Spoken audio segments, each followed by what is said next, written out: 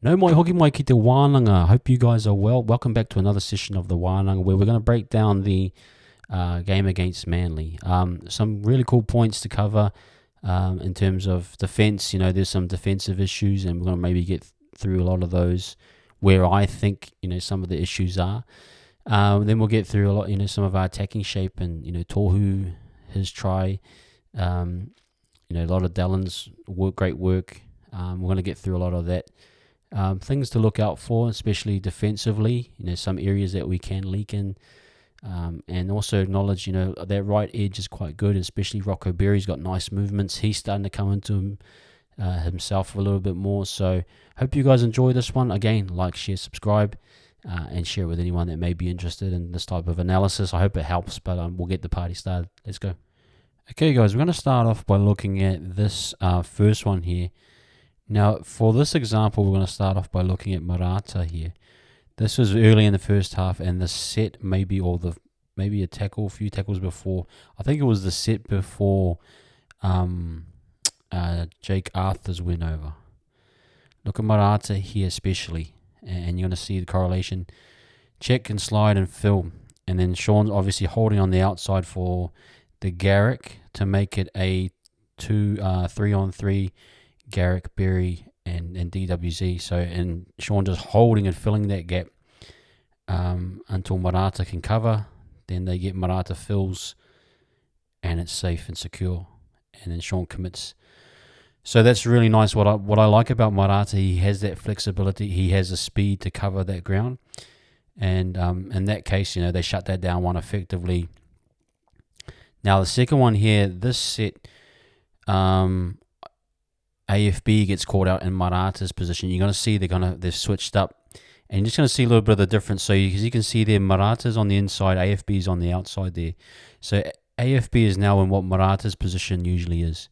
So you're going to see just how AFB, see how a little bit tight they are there. They don't get their spacing right, and then AFB just a little bit slow to really push out. Now look at Sean, he's still holding outside because he wants to set up for Garrick and that on the outside. And then Arthur recognizing the space and that it's too late by that time that and AFB hasn't filled, and usually Sean is expecting Marata on the inside there. A little bit of maybe miscommunication or just pretty much AFB just being off the pace a little bit, not naturally in those positions all the time, catches him out. So just an example of why it's so important actually a lot of the time, I've talked about this previously, that our guys are workhorses. They work in any position, that they are required to be flexible in that, literally like that. AFB has to be able to fill in that space. Now, getting caught out a little bit, that's understandable due to his size, and so that's one area I suppose teams can target when they get that look. Okay, AFB's in that second row position where Marata is. Maybe we can try and channel something there. But again, not end of the world for me, but that's a good example of where you generally want to keep AFB around the ruck. You want to keep him one out, and I've talked about his lateral movement lately has been a little bit off. So I think that's where just sort of teams can target it possibly, but not all the time. It's not going to look like that every time. So, but I thought that was a good one for Jake Arthur scoring that one. But just an example between Marata and AFB and the difference you get from being in those parts of the field defensively. This is the lead up to what was this? You'll have a look. Nice tap on by Sean. Now this one was a tricky one. Look, it's a 3-on-1 really right there. Now look at the depth of Montoya. That usually, like I talked about, the flying V shape, you don't get the cutouts very easily, and I suppose that's a little bit of a tricky one. Now look at Saab, feints to go outside, then quickly turns in. Now he probably could have given the pass to Pompey there, could have double pumped, but look at Saab, look how he makes himself big, and that's what I'm talking about. This is the added dimension of having big wingers and centres that can make themselves big. So you're kind of semi-playing the passing lanes, and then you're playing the player as well. So credit to Saab on this. Maybe Metcalfe could have got that out, and it would have been a corner and try in the corner. It's a tricky one, but you have to kind of be able to make those decisions effectively. But credit to Saab in a sense, making himself big, and he has that length to kind of play that gambler role. But he showed outside, then he quickly turned inside, so took a bit of a risk that paid off, and credit to him. But Metcalfe still with the ability to kind of... this is one thing I like about Metcalfe, his running ability. It's not just through open space. It's actually in contact. He can break tackles. He has a lot of that ability as well. So I do like what he does. But that was an example where maybe you pass it early. Or maybe you pass it early and then you send Pompey to play 2-on-1 with Saab. And if Saab shoots the outside, then Pompey goes through the middle. Possibilities, but the angle was so deep at that point. This was the Tohu try. I thought this was really nice. Again, just Tohu with his subtleties. I can't think of another lock that's really playing to that level and scoring and setting up tries to that level. Yo, maybe. I don't really think so. Like a lot of but I do think Tohu's just on another level right there. Look, he played tight with that in there on that one, forcing Jake on the inside. And see that those tight shapes can be difficult. See how Adam's almost running off of the actual shoulder of Sean. And then that just creates that space. And then that guy, I'm not sure what his name, is pushing to the outside. And then Tohu just great dummy. Just a really great play. And some were saying that wasn't grounded, but if you can see there's a little space between them, definitely grounded in my eyes. This is another bird's eye view. This is a great angle to see, how we're shifting the middles around. Obviously, you're setting a point on Jake Travojevic there, and look how the tightness is just sucking. It sucks. Jake Travojevic in because he's playing so off the shoulder there. Has to commit to him, and then Tohu out the back sees that space. Dummies, look at the body shape, showing strong, and then the guy just has a peek and gets him flat-footed. And then Garrick obviously trying to hustle back, trail across, catches him nicely, a little bit off guard there. Good power through. Just a great try. This was a nice one for Pompey. Again, Pompey getting early ball can do some good things if you think about it. This is always a nice one where you do the first hit up and then you do a big shift left off a kick return, I think. Look at Adam, man. He has so much skill. This is nice by Metcalfe. Don't chew up too much of his space. Give it to Pompey. This was a nice one. Protect the ball on the left. Use the right hand fend. But look how he just moves Harper out. He pushes him on that inside shoulder, uses his weight against him, and boom. That's a nice one. I mean, it's not... Harper he's got really good hands because he's been holding like to dear life onto everyone that evening.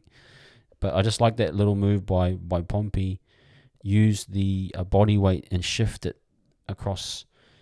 And look, he makes about 20 meters here. Like it's a good solid 20, and that's always nice when you can get off on a second tackle. You hit wide. But Pompey in open spaces like that, like it's not outside speed game breaking one-on-one stuff. It's like moving pieces around, grinding out an extra 10, 15 meters, but still solid, in my eyes. I think this was the lead up to Dallon's first try. Just really nice shape and setup here. Just everyone playing their part nicely. So you get that little turn in by Jake Arthurs. His shoulders just turn in there, as you can see. And then hard to push out. Similar to Metcalfe, actually. They turn the shoulders in, then they got to swing the hips right back around. And then that just opens up. And then Chance, the great thing about Chance, he attacks the space that forces then the centre to really move in. This was nice by Rocco, that just a little tap on. Probably the right move. Nice, man, that's the difficulty with that play, though. When you do tap on, you actually have to account for the player from behind. Like Dallon's missed that probably 5 or maybe say 7 or 8 times over the season because that pass either by Tohu Picky, we saw it last week a few times, isn't in front enough because you got to account for that speed and velocity that he's coming in with. But nice recovery by him, and just quality finish, eh? Again, just I've said it before, just the best finishing and tight finishing in the game. If we don't have someone that can do that, you imagine the amount of missed tries we would have. I mean, Kossi to an extent could do it, but not to that level. Like, we are really in a special situation with which Dallin has the ability to finish. You know, that's almost how many tries he's scored. 21 tries times that by he's like 80 points, right? He's accounted for 80 of our points this year, or 84 of our points. So you got to give him a lot of credit. This was a nice one, actually. Think now, if you see the defender just outside of AFB there, and sorry guys, I haven't just had time to put all the tools and do the circles. I would love to, but this time of season, I'm just finding it hard. But like, if you can just sort of listen to me, and then, but you're gonna see him jam on SJ here, and then you look at SJ, he'll just push up into the slot. See, that guy jams it, and then bang, evasion, just really nice, solid evasion. Now it's a skip pass in that flying V shape, so it is a deep pass. So this is just literally working one-on-one. Now look at Berry here, reads the situation straight away, and he does the old, double round, the old rugby union style, where he pulls around, and he saw it. He read it straight away that he was going to pull to try and create the overlap. Now it's actually a good buy here, and then you see that the dummy by Dallin was really effective because he pulled two defenders away, and you're going to see them just, he gets that move on and then switch. And again, this bump off, beautiful swipe, and then burst through the little space, hold and then burst through. Been talking about that with Tohu Picky, able to hold defenders and burst through those seams. That little 1-2 I want to show you on the reverse side, then into contact, knowing where the contact's coming from, and then twisting the other way. Just one of the greatest individual efforts of this year, I have to say. And you're going to see it again, that jam from that guy coming in, bang. SJ just fills the spot. It's like a quarterback that gets a rush from an edge, jumps up into the pocket, could we say, something like that, just to use an NFL term. Kind of steps up into the pocket, and then shift in that flying V. Berry recognizes it straight away, creates the overlap, pulls that extra defender over, so Dallin can then work his magic. Bang. Bump. Solid bump and swipe. Now this is a beautiful one, just a simple 1-2, and look how he pulls Garrick out of position. And then bursts through to beat Trebojevic. Man, this is backyard footy. This is a kid that's 12 years old, and he's got 6-year-olds running around him, trying to catch him, and he's just doing every possible move he can, getting guys out of the way. This is a man amongst boys here. Now look at this little 1-2 here. Just pulls him. Bang. Bang. See, he gets some sliding. That's a crossover right there. That's a Tim Hardaway crossover, or Allen Iverson right there. Bang, bang. Phil wants to. Now to get this part was very effective, where he went into the contact and knew he had to spin the other way. So most guys would try and spin C to his left and bring, because the ball is in the right hand, to turn it the other way. If he had done that, he would have lost the ball or got held up. Great presence of mind to spin back to that side. Just really solid, man. Great try. This next one is Egan. I thought this was a really nice one. We need actually more of this. We need more kicking options. I've talked to people about this system, and teams are keying on to how we play, that's sure. But you need more variations, more options, and the kicking element, especially from hooker or the other side with Metcalfe, is the last, well, not the last element, but one of the most important elements we haven't really been able to use yet, as another defensive type, another way to attack teams. So I thought this little grubber in behind was actually quite good by Egan, and that it came off was great. Repeat pressure and just keeps everyone on their toes. Egan needs to, I think the next evolution of Egan is his kicking game. That would take him even to another level, where if the running game isn't working next year if he has a short kicking game or even a long 40-20 type kick, it's just going to take him into sky roof, levels, So I thought that was very nice. Just a little grubber in behind just keeps everything honest and adds another layer to, the ability to attack. So now very nice. Again, just another backside angle, finding the crease. Dills might have actually scored that if they missed it. But very nice. Yeah, I like. That's what I'm talking about. Just want something more like that to kind of. Now this is, I believe, the lead up to Metcalfe, the try that Metcalfe scored that was disallowed.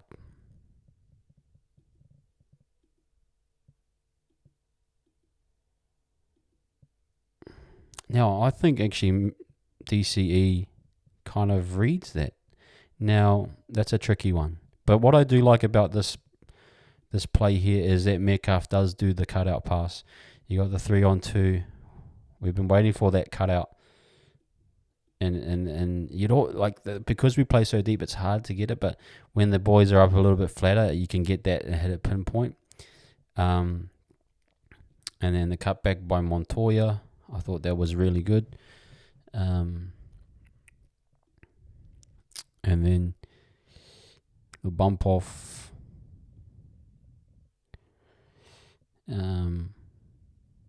And then Metcalfe finishes it. I thought it was a try, actually.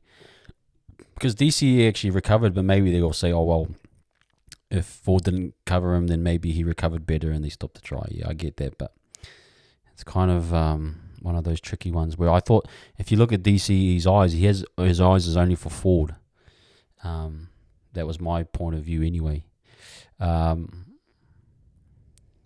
little skip pass. Set up a shape. DC just bounces, and now I think he turns his eyes on Sean, and then he faces up for that face ball there. Now, yeah, I think anything contact wise these days you're not going to get it, but I did love just that straighten there by Metcalfe, and then great line by Pompey just to look like it was going to be for him. Yeah, so let me just power through, guys. We've already seen this, but yeah, I like that. That's what I want to see more of. When you're in the 3-on-2 with Metcalfe, I want to see more of that type of thing. You know what I mean? So, happy with it. Shame it wasn't a try, but look, Metcalfe always in support. I like that. I like that about him. Yes. Okay, this one was a short side. Now, Metcalfe does have his issues defensively. Let's not kid ourselves here. Look at this one. He holds in. Now, tight shapes have been really tricky for our left side edge. Whenever there's a real tight shape, they seem to get caught jamming in. I'll give you some examples as well of when the shape isn't so compressed that the edges are actually fine. But I suppose when we're coming up against these tighter shapes, we get caught out. We seem to get sucked in quite a bit. Now, look at Metcalfe. He actually falls over there. If Olakwatu holds to the outside, maybe, but that's actually good technique, maybe lie on the ground and they have to jump over you. But see, he falls over there. So those are some of his vulnerabilities a little bit. I mean, we stop it, but, you're thinking, well, if he trips over against another team, maybe they score a try. So, but yeah, that was just one thing I thought. He's getting caught up in, this is the one this is the first try. Now, I did a little video on this on Insta and all that. And look at DCE. It's actually a really nice deception. He initially looks like he's just going to be the out-the-back player. So he looks like, they're going to go to the line and then he's going to go that way. But this is actually nice to actually hit 2 wide. So they bang, hit 2, and then they hit 2 wide again. And they're going to set up on... and look at DCE. He's actually setting up to be the out-the-back option. You initially thought, he's going to set up to be the first out-the-back, but now he's setting up to be the sweeper or the out-the-back on the second option, which is nice deception. And I don't think our guys are ready for it, to see that type of level of deception from him. And I think what happened was, if anything, Metcalfe jumps out a little bit, and then he sets that edge, and I think that's what they wanted. See how Metcalfe poses up? Now, Ford probably could have pushed from the inside a bit more, but then again, that's a tricky one. I think from that angle, it's hard to see like where they are lining up. But anyway, Ford sets that edge. Now, you can't really see DCE really if you're thinking about it, and maybe you're not expecting that type of out the back play, but it was really nicely designed. And then see how he just opens up. Pompey gets caught on that inside. And then Montoya. Now, if Montoya had maybe seen it earlier, he could have jammed it. But then again, Olaquati could have done the skip pass to Saab, and Saab would have been home and hosed. The other option was to stay on the outside and then let Pompey deal one-on-one with DCE. But at the same time, DCE is quite quick if you think about it. So I don't think Pompey would have got beaten either way. But some of those things, are a credit to Manly. I think the actual design of that play was mean, where you set DCE up initially looking like out the back, so you think numbers-wise we got it covered, but then he quickly sweeps across, and then he sets up for the second out the back. Really well designed. I think just caught our guys off guard, caught our guys flat-footed as well. Tight compressed shapes, I think our guys are genuinely struggling to deal with them. I think teams will look to more of those type of plays, and until the question is solved, how do you deal with those tight shapes? This was the second try, similar type principles. Now a little bit where you just get Ford to poke out a bit, and then it just triggers. Then you get a hold. Now look at the hold there by Metcalfe. I'll show you actually in the second footage. It is a little bit tighter footage, but again, just getting caught out. Metcalfe probably needs to move on to Harper at that stage. And by that time, Pompey could have had it. I would love to have seen maybe Montoya shoot for Saab and push to the outside. I can understand why he would want to hold there, but at the same time, CNK is covering across. You hope maybe that CNK can pull that off. In a way, Pompey did have him. He slowed him down. I think CNK grabs him. So Montoya, if he trusted Pompey a little bit more, could have just stayed on the outside with Saab. Saab just too quick, man, even in those tight windows. And again, this try, literally same position, same tackle. So I think even from a strategic thing, maybe we could have realized, hey, second tackle, they want to hit from 20-meter line. They want to hit the edge. We need to overload or push over our shape so that we have them covered. So this is the tighter vision. Look, hit too wide again. Not so much the same, hit two double wides, but straight out the back into thing. Now Ford does push out, but look, Metcalfe is kind of ball watching there. He could have actually pushed off a little bit. He could have actually checked onto Harper at this stage and let Pompey in that play, and let Pompey see how Pompey just quickly just checks inside, and then by that stage it's too late. Then you could probably have Montoya shooting for the outside like straight away instead of in that trail technique. See how he just drops in? He literally, if you see him, he kind of actually moves towards Pompey. He should actually be trying to continue to move outside. And then just see he should have actually gone on the tackle there, but just gets caught in no man's land a little bit there. So that maybe is a bit of Montoya too. And by that the show's already over. You know what I mean? So those are some of the things I think they're just kind of either communication, situational awareness, Metcalfe.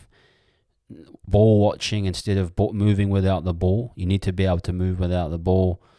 And then obviously Pompey, Montoya not reading it the same way, and Montoya in particular kind of compressing and then not actually committing to anything really. And by that time the game's over. Saab is that quick. When he gets even just a little sniff that far out, it's but you think about the same place. This was the third Saab try, right? This is a tricky one where I actually think just it was like kind of a bomb play but But yeah, that is forward. I don't mind that. Well, it's not that I don't mind that. But that was probably going to go for Harper, right? By the velocity of the ball, I don't think that would have got to... see, that was supposed to be for Harper. And actually, Pompey had it covered. It looks like it. Ball dropped out. And then Montoya just gets caught in no man's land again. And I know they'll say, oh, that's 3 on one edge. Yeah, but that one was a kind of a lucky one. A lucky bounce. Maybe Montoya should have held on the outside. Hard to say, but anyway. My apologies. That was kind of the defensive issues. Now we're going to see some footage where they actually correct it.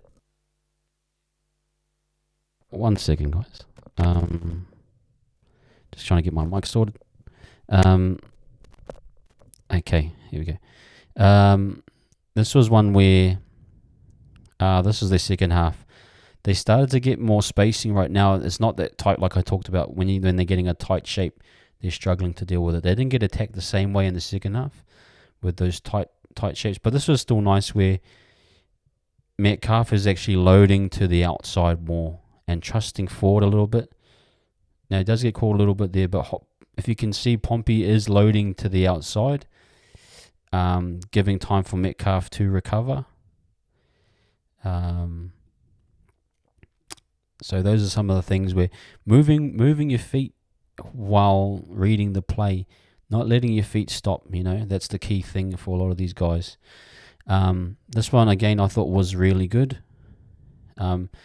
See Metcalfe calls to forward to Phil, and then they start working in their pattern there. Now, this was just an underneath, but I started to notice some of those patterns starting to come through where they're actually starting to build a little bit more of resilience.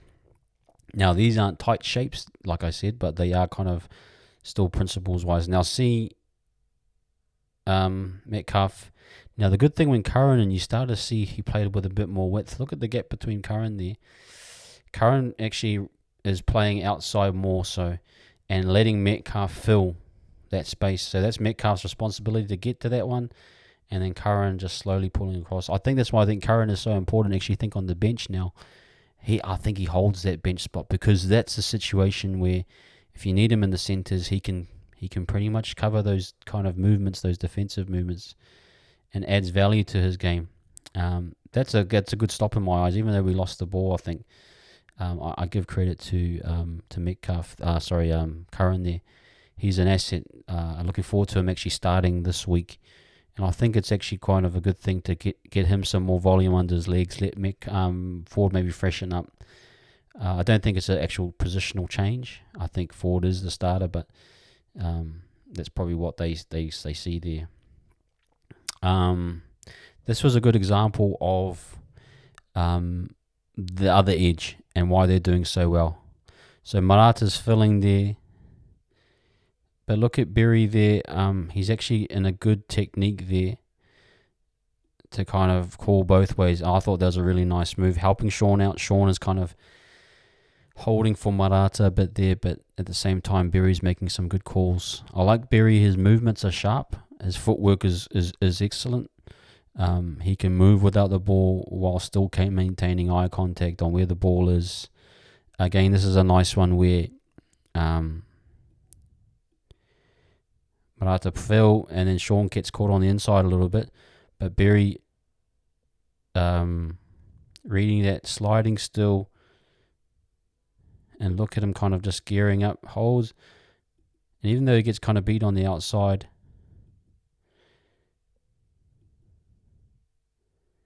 still makes a tackle.